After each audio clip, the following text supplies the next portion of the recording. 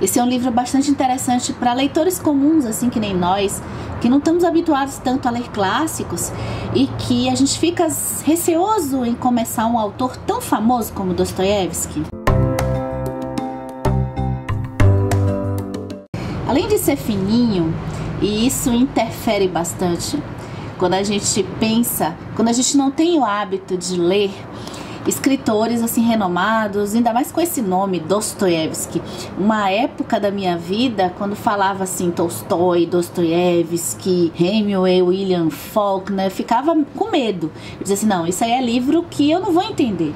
Então, existem situações que nos colocam num ambiente de leitura mais confortáveis para a gente perceber que não é tão bicho de sete cabeças assim.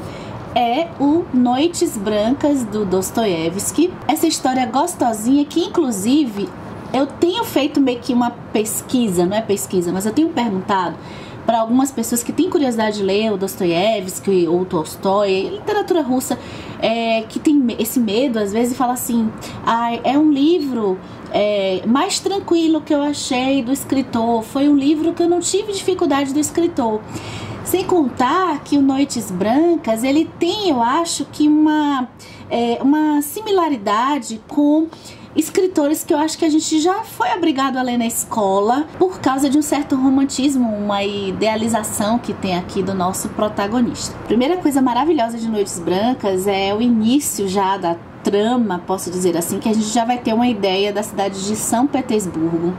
em que o protagonista é aquele sonhador, é aquele cara que tá passeando ali nessas noites que não escurece, fica claro durante a noite por conta da posição que a cidade fica localizada aqui no planeta Terra. E nessas descrições é tudo muito poético e fácil de entender. A melhor coisa de Dostoiévski, especialmente nesse início de história, é que a gente vai ter um romance de um rapaz que fica todos os dias passeando nessas ruas de São Petersburgo e meio que delira, não do ponto de vista de loucura, mas assim, sonha e fica imaginando o comportamento das pessoas que ele está vendo. Algo que muitas pessoas assim pensam em fazer, jogar a conversa fora e ficar imaginando o que aquela pessoa é, o que aquela pessoa faz, até que ele encontra uma moça que ele já idealiza de cara, aquela idealização que a gente está acostumado até a ver nos romances de lá do José de Alencar, mas aqui eu não acho cansativa a forma que o Dostoiévski narra, não. Eu acho muito bonita e não demora muito para as coisas avançarem na história. O melhor disso tudo é a personalidade desse protagonista, que na cabeça dele a gente percebe como o Dostoiévski tem uma noção, psicologicamente falando, do que é a insegurança de um homem, que pode ser um homem ou uma mulher, para ter uma concretização de uma imaginação amorosa. Acho que, eu não sei se alguma pessoa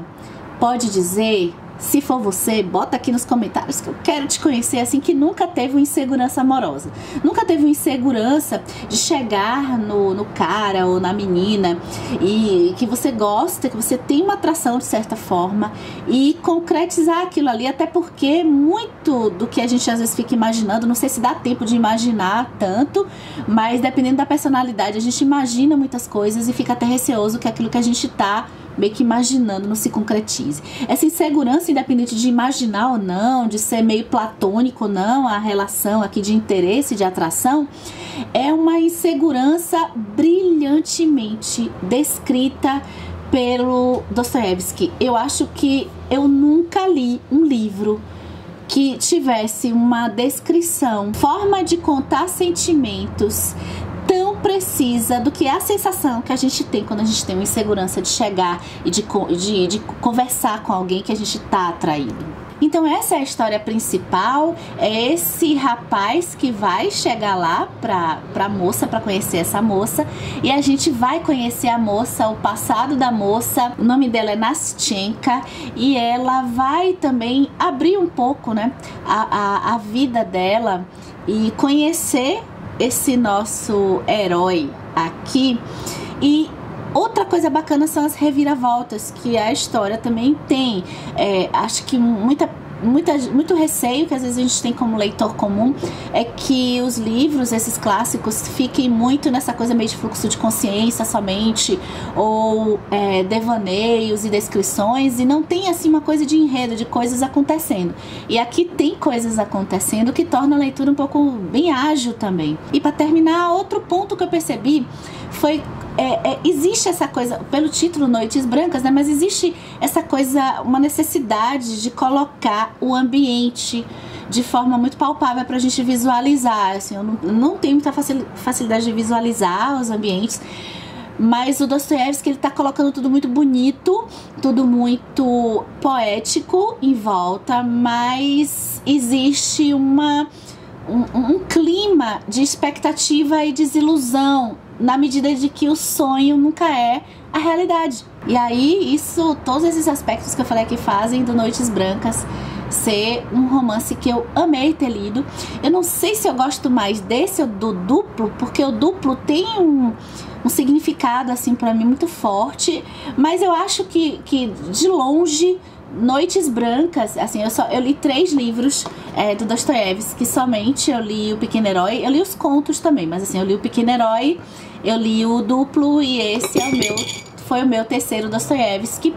E eu acho que de cara, se eu fosse falar pra uma pessoa começar a ler Dostoiévski pelos livros que eu li, eu acho que o Noites Brancas é infinitamente mais fácil e uma história mais fácil de se gostar do que o duplo, por exemplo, né? Que tem um aspecto psicológico e a narrativa dele é um pouco mais cansativa. E por isso acho que fica aqui, sabe aquele livro clássico, um livro que você dá pra indicar pra todo mundo, que é muito fácil ter uma pessoa pra gostar, é muito tranquilo. A probabilidade daquela pessoa que a gente vai indicar gostar é muito grande. Noites Brancas.